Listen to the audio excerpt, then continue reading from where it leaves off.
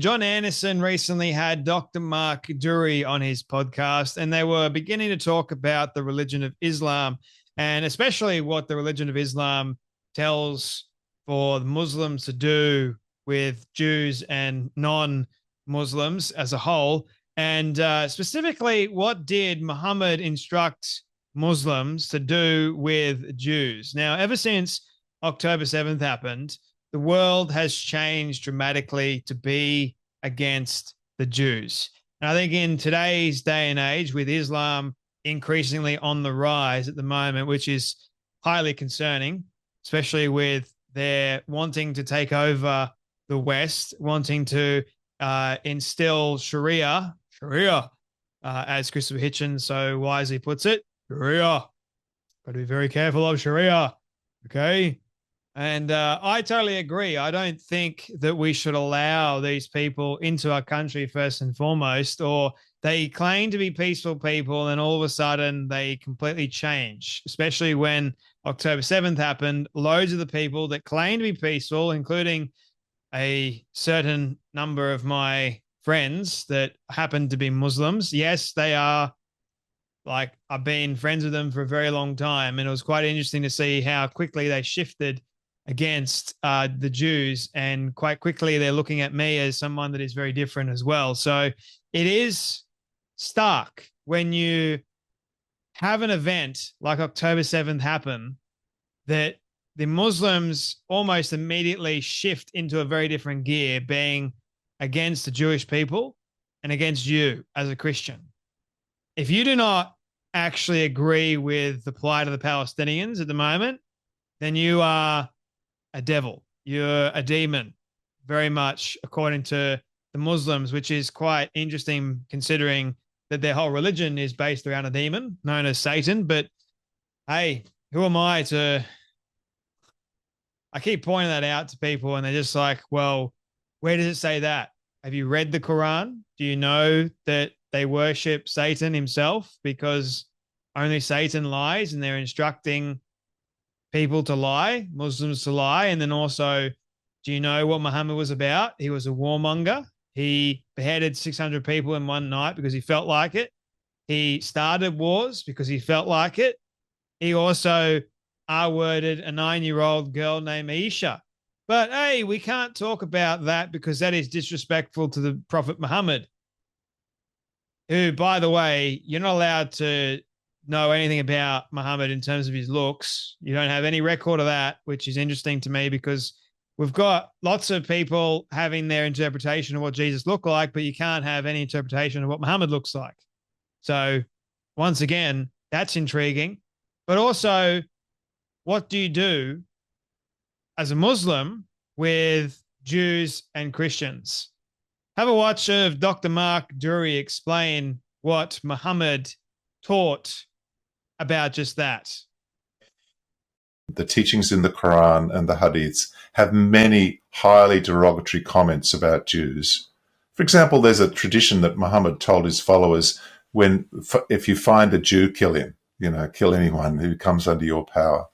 And the Jews are said in the Quran to be almost subhuman. Allah changed them into apes and pigs.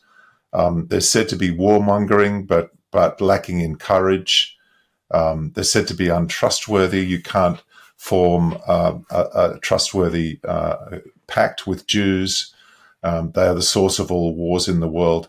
So what you see, and I read every day reports of sermons from the Middle East or from America or across Europe from Muslim sermons, is again and again these ideas in the Quran are injected into public discourse across the Muslim world, speeches by parliamentarians. There's a real belief that the Jews are evil, that they are treacherous, that they want to start wars, that you can't enter into peace agreements with them. This dehumanizes them, and it continually drives the war. Because if this is an enemy which is inherently warmongering and also cowardly at the same time, you've got no other choice really but than to fight them. So, yeah, unfortunately, the Jews and also people that have left Islam are really intensely disliked in the Quran and the Sunnah. I would say that the fundamental sources of Islam are hardwired for anti-Semitism. In addition to that, you have European anti-Semitism, for example, the Protocols of the Elders of Zion. This has also influenced the Muslim world as well. But Islamic anti-Semitism is fundamentally not an import from Europe. It has its own characteristics and its own drivers. And yes, it's hugely influential.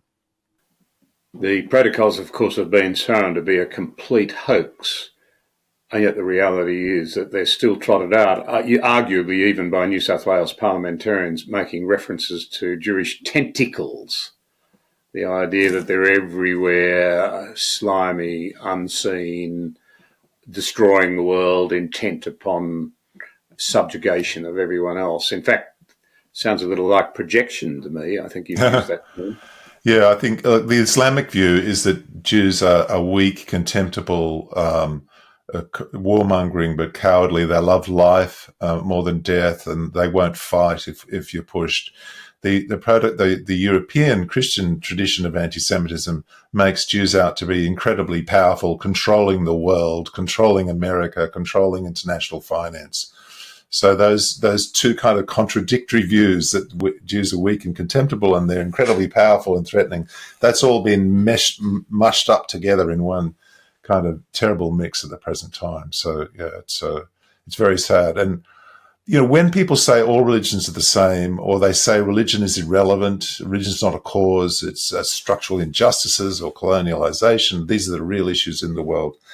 These are attempts to suppress an understanding of religion, but the fact is that at its core, Islam is very anti-Semitic. Muhammad massacred a whole tribe of Jews. He took women to be his wives from the Jewish captives.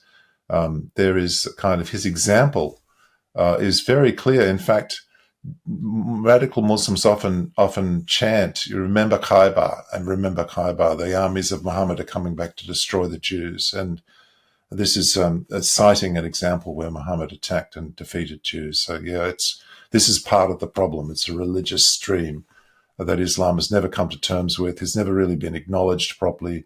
It's never been properly renounced, and yet it goes on. It's one thing to seek the dominance of Islam over non-Muslims, that they should be subjected and become second-class citizens. But it's another thing to have at your core a whole set of texts that declare the evil character and the weakness and the troublesome nature of the Jews. It's what he said in regards to what's happening today. You've got loads of these, I call them bad faith individuals, that are saying that Jews pretty much control everything. They control politics, they control the banks, they control everything in society that is important.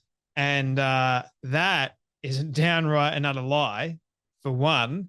But you've got people on the right, more specifically like Candace Owens, for example, now Tucker Carlson, now Ian Carroll, and many others that you can look at and listen to what they're saying. And Candace especially, she's always going on about how everywhere she looks, she finds Israeli blackmail here and there, and how they've been responsible for X, Y, and Z. And it's fascinating to me. It really is. But the problem that we've got in our Western culture today is we have a particular group of people known as the Jews that are constantly under attack by not just Islamists now, but we've got them under attack by Westerners, the radical leftists, and also people on the right. So it doesn't matter which way you look, the Jews are incredibly under attack. And the Jews are going, well, what do we do? Where do we go? We've only got our homeland to pretty much go to, because we're not welcome in the West anymore now, even though they've been here for a very long time. And it's quite interesting how it's very significant of end times, isn't it? When the Jews will return back to their homeland, that's rather significant of when Christ is going to return. But you've got, in today's modern society, the Jews love life more than obviously they love death, which is a good thing. But Muslims love death more than they love life. And they're going after the Jews, they're going after Christians, and the Prophet Muhammad was going, we must treat the Jewish people like they're scum. And you're starting to see a lot of other people in this world, such as Candace Owens, for example, pretty much point to that very thing. Treat them like scum. They're nothing. They don't deserve worship, or they don't deserve praise. They don't deserve anything really, because they're horrible people. But Mark Dury is spot on with what's taking place in the Western world, and then also what's happening with the religion of Islam is on the rise. And ever since October 7th happened, it's like catapulted. Don't know if you guys have been aware of that, but it is quite concerning. So I appreciate John Anderson for having Mark Dury on his show, because he points out, even though it's just a 4-minute conversation, you should listen to the whole thing. It's brilliant. But that 4-minute clip revealed a lot. And people should be very much aware, if you're not already, what's taking place. Anyway, that's enough from me, but you guys take care. Be blessed, and I'll see you all in the next video.